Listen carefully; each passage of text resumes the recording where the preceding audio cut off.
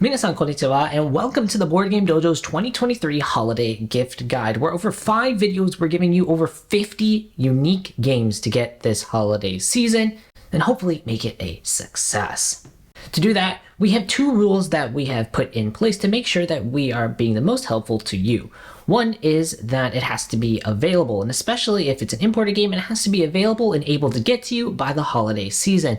But second of all, it has to be not ridiculous to import or acquire the games. We don't want to give you a game that costs $20 and then it costs an additional $50 in import fees. That just kind of defeats the purpose. Now, luckily for us, compared to last year's holiday gift guide, it is a lot easier to do this year as more stores are opening up imported game sections across the globe, as well as expanding already existing ones, including our sponsor for this series, travelgames.co.uk. who not only have travel games that work as great stocking stuffers, as the name implies, but because they are co-hosts of the Board Game Dojo podcast and I work for them as a translator, they are often the first and sometimes only place to get positively reviewed games from the Board Game Dojo channel, as well as really hard to acquire imported games. They didn't get to pick anything on our list, but if they do happen to carry something we have on our list, then I will put the links to their shop below. We don't get paid if you click on those links, but we at least thought it would be helpful. So now let's go to the 4th part in the series. The next part is we are talking about card games, and this can be a range of things as you'll see in this list. These are 10 great card games we recommend getting for holiday gifts. The first one is not a new one by any means, but it's one we frequently recommend, and that is Dog Tag Trick.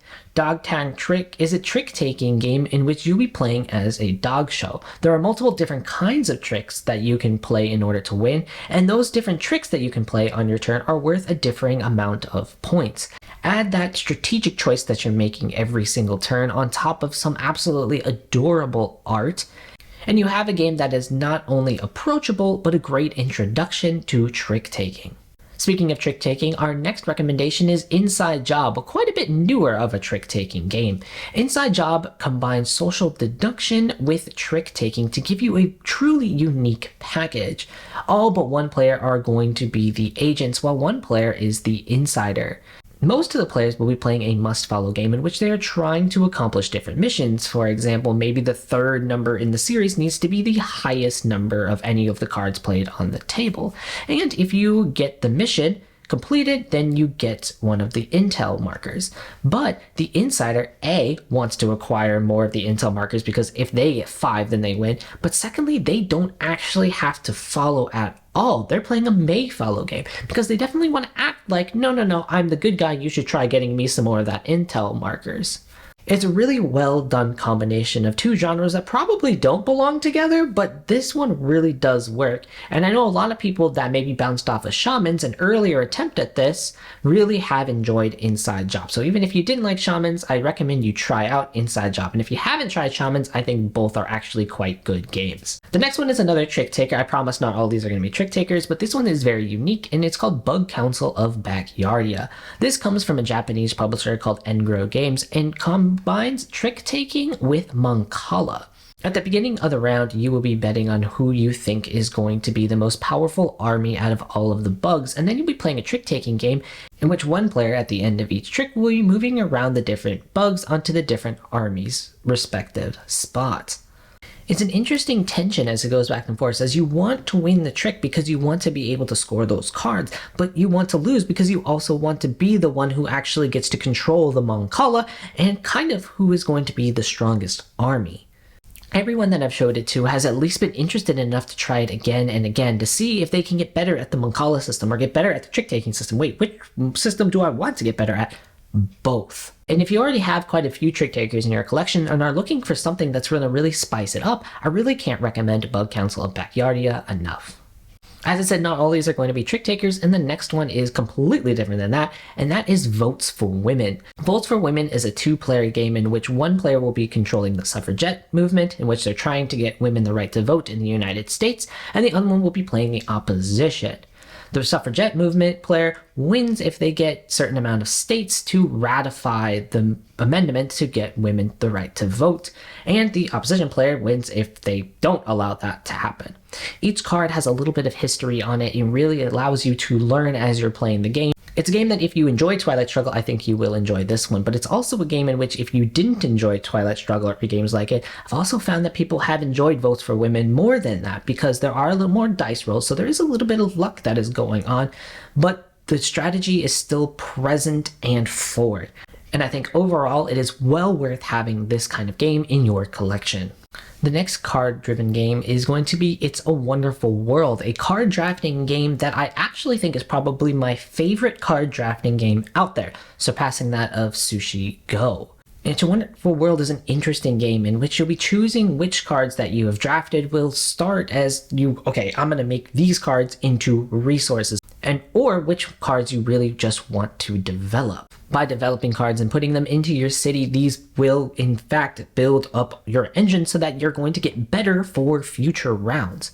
It's a game that rewards drafting and planning, and lowers the amount of hate drafting that you're doing because while yes, it is probably a good thing for me to draft a card that I know the person across from me wants, can I really use it? And is it going to be useful for me? It's a game that I think very successfully allows you to offer the best of what drafting mechanics have to offer, and now with a couple of expansions that even add to it, I think It's a Wonderful World will give you plenty of enjoyment. The next one is called Blood Recall, and it's a bit of a weird one, and it requires quite a bit of paste ups if you want to be able to play it, but it's gotten so popular over in Japan that I would be remiss not to at least mention it here. Blood Recall is a deck building game in which you're actually going to be able to buy new cards based on the damage that you get. So for example, if I were to take 2 damage, then I have 2 credits I can use. If I deal 9 damage to you, you now have 9 credits to use. It's a bit of a strange balance here because you want to reduce your opponent's health to 0. But if I were to do an 11 damage to you and I can't knock you down to 0, well now you have 11 points that you can use to buy really strong cards and bring it back at me. If you don't mind doing some paste ups and work, I think that this game is going to be really the next hotness, and I would get it while you can. The next 2 games we're talking about are games that we've already covered on this channel, but are worth mentioning it here in case you're new to the channel or new to Japanese games in general. The first one is Scout, a game that is a climbing and shedding game, which means that you're going to try to play cards that are higher than the cards already on the table, climb, so that you get rid of all the cards in your hand, shedding. But Scout has the interesting mechanic that you cannot rearrange the cards in your hand. So if I'm dealt a 7, 5, 7 in my hand, I really want those pair of 7s to be together because that would be a nice pair, but I have to get rid of this 5 first. But I can also scout a card that's on the table, meaning that if the player before me plays something like a pair of 7s, I can steal one of those 7s and put it in my hand anywhere I want. But the key is that they get a point if I scout from them. Scout now has multiple versions, the original Japanese version and an Oink version that has been released internationally and has won quite a few awards as it's made its way across the globe.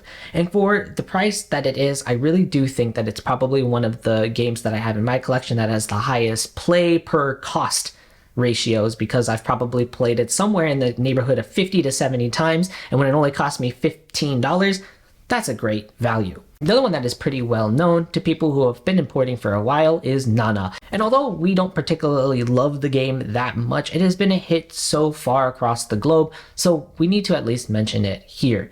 Nana is a memory game in which you are kind of playing Go Fish, but also playing a bit of memory.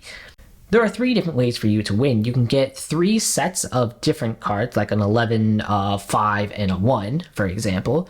You can get a pair of sets that either add or subtract into 7, so maybe like an 11 and a 4, because 11 minus 4 equals 7. Or you can get the set of 7s. Nana, for reference, it means 7 in Japanese.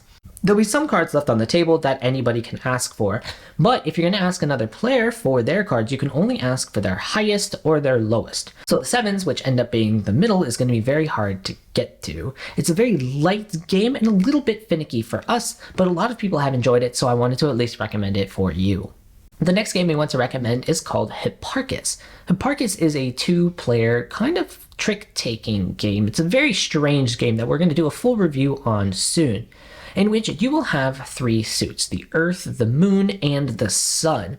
There are actually no values on these cards, and like Scout, you cannot rearrange your hand. The value are how many of the same suit you have next to each other. So if I want to play 2 moons that are next to each other, then that is a 2 of moons. There's a lot of other little rules to explain, but we'll do that in a different video. But we really want to explain the important thing, which is the end game scoring. Both players will take a look at how many of each suit they won, and then whoever got the most of it will be the only one that's allowed to score that. And they will score the amount of points as the number of cards the other people took in that suit. So, for example, if I got 4 suns and my opponent got 2 suns, I scored 2 points. There aren't a lot of great 2-player trick takers out there, but we do believe that this belongs in there. And with it just being a deck of cards, it's readily portable for you to take on a train, on a bus, and on the holidays. Finally, our last game of the day is Pin Combi Trio, and this one might be the lightest one other than Nana on the list today. Pin Combi Trio is a climbing game in which there are 3 plays: the Pin, which is just a solo card, the Combi, which is a pair of cards, and the Trio, which is a difference cards, in which the difference has to be the same. So for example, I can play 1, 2, 3, of course, because that's +1, +1, but I could also play a 2, 4, 6, because that's 2 + 2 is 4, 4 + 2 is 6. Pins, combis, and trios are actually the name of different types of performers in Japanese comedy. And so the art on this one are actually riffs and parodies on famous Japanese comedians. The humorous art and the really approachable rule set has actually made Pin Combi Trio one of our most played games of the year. And because it's made by such a big publisher, it is not only readily available, but comes at a really affordable price. Well, thank you so much for watching today. We hope that we brought up some card games that you hadn't thought about getting for this holiday season. We have one more video after this for our holiday gift guide, so if you're not already subscribed to our channel, hit that link down there and the like button. You'll also be entered into our giveaways, and if you like, follow, and comment on any of our platforms, each one of those things is a unique entry into our giveaways. We've already given away 7 games in the last month, so come join us if you haven't already. Thank you so much for watching today. Arigatou gozaimashita. Until next time, じゃあね.